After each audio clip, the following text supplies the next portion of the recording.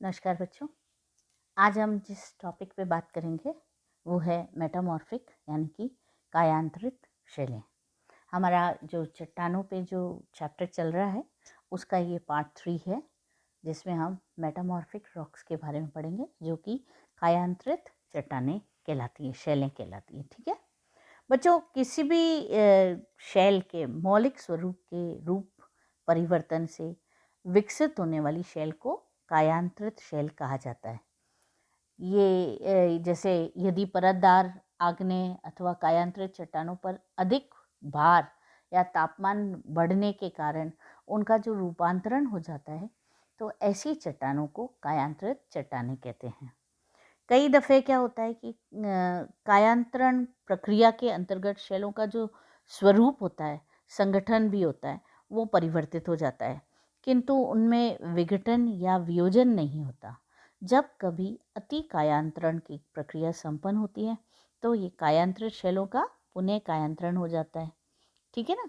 तो हम ये कह सकते हैं कि कायांतरण शब्द का वास्तविक अर्थ रूप परिवर्तन है, किंतु जैसा कि भौमिकी के अंतर्गत संकुचित अर्थ में प्रयोग किया जाता है, कायांतरित शैलें जो हैं वो अंतर्गत उन सभी शैलों को सम्मिलित किया जाता है जिनका परिवर्तन या तो रूप या संगठन में हो चुका हो और विघटन ना हुआ हो। ठीक है बच्चों, कायांतरित शैलों के जो कारक हैं उनमें एक तो ऊष्मा है, हीट, यानी कि ताप के कारण होते हैं, है ना। तो ताप के कारण क्या होता है, गैस पदार्थों और रासायनिक प्रक्रियाएं सक्रिय रूप से संपन्न होती हैं और इनके द्वारा अनेक अनेक खनिजों के संगठन में परिवर्तन होते हैं। दूसरा होता है दाब यानी कि प्रेशर। प्रेशर में भी इनका जो प्रभाव होता है अत्यधिक गहराई तक दृष्टिगोचर होता है। एक्चुअली दाब उत्पन्न होता है और पृथ्वी के अंदर जो गहराई पर ताप तथा दाब की वृद्धि से शैलों की ताकत, स्ट्रेंथ कम हो जाती है, जिसके कारण उसमें प्लास्टिसिटी के गुण आ जाते हैं। फिर दाब या तनाव, डायरेक्टेड प्रेशर और स्ट्रेस, इसमें भी क्या होता है कि डिफॉर्मेशन हो जाता है। फिर धौलीकरण होता है जिसमें सॉल्यूशन, इसमें भी कायांतरित अभिक्रिया में रासायनिक रूप से सक्रिय धौलीकरण होता है, जिनमें आप देखोगे कि कायांतरण हेतु दाब तथा ताप की मात्रा पर्याप्त होने पर भी जल की अल्प मात्रा का होना आवश्यक होता है, क्योंकि घुलन तो उसी में होगा। उष्ण जल भी एक कारक है। जियोथर्मल पार्क में आपने देखा ही होगा कि उष्ण जल को कायांतरण का निम्न कोटि का कारक कहा जाता है ना। तो इस तरह की ये इसके कारक हैं। और जो एग्जाम्पल्स हैं कायांतरित शैलों के, वो आपको मैं बताती हूँ कि एक तो है नीस। यह मोटे तौर पर बड़े कणों वाली कायांतरित चट्टान होती है। इनका पत्रीकरण उन अच्छी प्रकार विकसित नहीं होता है।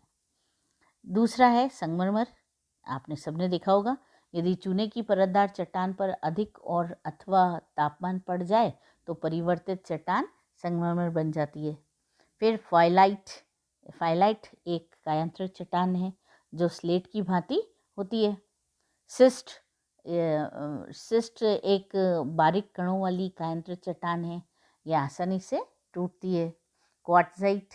क्वार्ट्जाइट की उत्पत्ति प्राय बालू पत्थर, सैंडस्टोन के कायांतरण के फलस्वरूप होती है। और स्लेट। स्लेट एक बहुत बारीक कण वाली कायांतरित चट्टान होती है जिसका रंग काला अथवा स्लेटी होता है। मेरे ख्याल से स्लेट तो आप सभी जानते ही होंगे, है ना, कि कैसी होती है। ठीक है ना। अच्छा, अब अपन आते हैं बच्चों कि इनका फॉर्मेशन कैसा होता है, वो तो अपन ने पढ़ ही लिया। एग्जाम्पल्स भी ये मैंने आपको अपनी स्लाइड में दिखाए हैं, देखिए। नीस, स्लेट, क्वार्ट्जाइट, शिस्ट, मार्बल, पाइलाइट, है ना। ये जो एग्जाम्पल्स आपको किस तरह के दिखते हैं वो रॉक्स, आपको इसमें पता चल जाएगा। अब आते हैं अपन कायांतरित चट्टानों की विशेषताओं के बारे में। Chief characteristics of metamorphic rocks. Actually कायांतरित शैलें जो है पूर्ववर्ती शैलों के कणों के गठन या बनावट तथा रासायनिक संगठन में परिवर्तन के कारण उत्पन्न होती है। पूर्ववर्ती शैल यानी कि पुरानी शैलें जो होती है, जैसे आग्नेय, अवसादी अथवा कायांतरित भी हो सकती है ना। तो उनमें क्या होता है, उनका रासायनिक तत्व आपको देखने को मिलता है। दूसरा, कुछ शैलें कायांतरण के बाद मौलिक रूप से अधिक कठोर हो जाती है ना। जैसे उदाहरण के रूप में हम कह सकते हैं कि संगमरमर, चूना पत्थर, क्वार्ट्जाइट, बालू का पत्थर, ये सभी, और हीरा कार्बन से अधिक कठोर होता है। तो ये जो है, ये इनके जो ओरिजिनल रूप से अधिक कठोर हो जाती हैं। जैसे मेरे इसमें भी कुछ पॉइंट्स ये कह रहे हैं कि कुछ चट्टानें परिवर्तित होकर पहले से अधिक कठोर हो जाती है। सही बात है ना। तीसरा पॉइंट, कायांतरित चट्टानों में जीवाश्म नष्ट हो जाते हैं। ये बिल्कुल सही बात है कि क्योंकि कायांतरण से मौलिक अवसादी शैलों के जीवाश्म नष्ट हो जाते हैं, अतएव कायांतरित शैलें जीवाश्म रहित होती हैं। इनमें होते ही नहीं है क्योंकि वो बहुत पुराने होते जाते हैं और ख़त्म हो जाते हैं। कुछ कायांतरित चट्टानों में पपड़ियाँ पड़ जाती हैं और कुछ बहुत सी कायांतरित चट्टानों में पानी नहीं छन पाता है, जैसे संगमरमर एवं स्लेट, है ना। तो मोटे कणों वाली कायांतरित शैलें अपूर्ण रूप से अभिपत्रित फॉलिएटेड होती हैं, जैसे कि ग्रेनाइट से नीज, जबकि सूक्ष्म कणों वाली कायांतरित शैलें हैं पूर्णतः अभिपत्रित होती हैं, जैसे कि शैल से शिस्ट। और बहुत सी चट्टानें जो होती हैं वो दानेदार होती हैं, जैसे क्वार्ट्जाइट तथा फेल्सपार। और बहुत सी कायांतरित चट्टानें संस्तरण तल बेडिंग प्लेन के सहारे चटक जाती है, बिल्कुल एकदम उधर होकर के। जैसे अनेक कायांतरित शैलें अपने संस्तरण तलों के सहारे बिल्कुल स्प्लिट हो जाती है, जैसे अभ्रक, है ना, माइका को आपने देखा होगा। और कुछ कायांतरित शैलें जो है इम्पर्वियस होती है, अप्रवेश्य, जैसे संगमरमर, स्लेट आदि अन्य शैलें प्रवेश्य पर्वियस होती हैं, है ना, जैसे नीज। अधिकांश क्या होता है कि जो नीज कायांतरित शैलें हैं इनमें कर्णदार क्वार्ट्ज तथा फेल्सपार की पट्टियाँ पाई जाती हैं। कायांतरित शैलों में बहुमूल्य धातुएं तथा खनिज पाए जाते हैं। आप देखो ना, बहुत से बहुमूल्य धातु जो हीरा, डायमंड वगैरह है, वो किस में पाया जाता है, इन्हीं में। और खनिज भी पाए जाते हैं। कायांतरण द्वारा विशिष्ट भू आकृतियों का निर्माण होता है।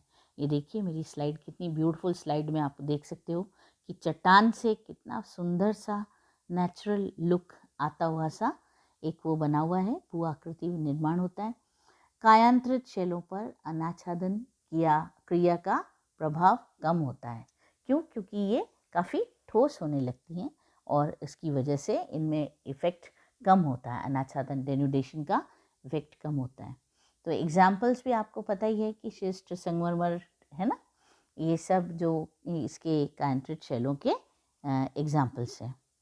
अब बच्चों, चूँकि हम इतना प्रयास कर रहे हैं तो हमारी ओर से एक और प्रयास ये है कि हम इसमें आपको अभ्यास भी डालेंगे। आपके जो वीडियो के एंड वाली जो मैंने स्लाइड रखी है वो इसीलिए रखिए ताकि आप जो कुछ भी ये कंसाइज रूप में पढ़ रहे हैं उसको आप इस क्वेश्चन के सहारे अगर रिवाइज करेंगे तो उससे क्या होगा कि आपको समझ में ज़्यादा आएगा। और आप पुराने उसको भी अगर रिवाइज करना चाहते हैं तो भी आप क्वेश्चंस डाल कर का आंसर देंगे तो अच्छा लगेगा और आपकी एक तरह से तैयारी आपके टॉपिक पे पूरी होती जाएगी।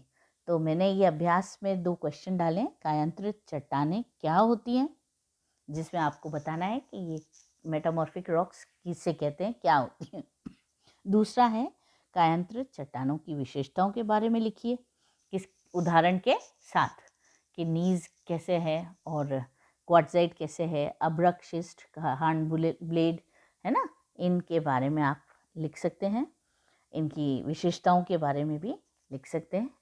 और फिर आपको कुछ समझ में नहीं आए तो आप हमसे इसके बारे में पूछ सकते हैं। थैंक यू बच्चों।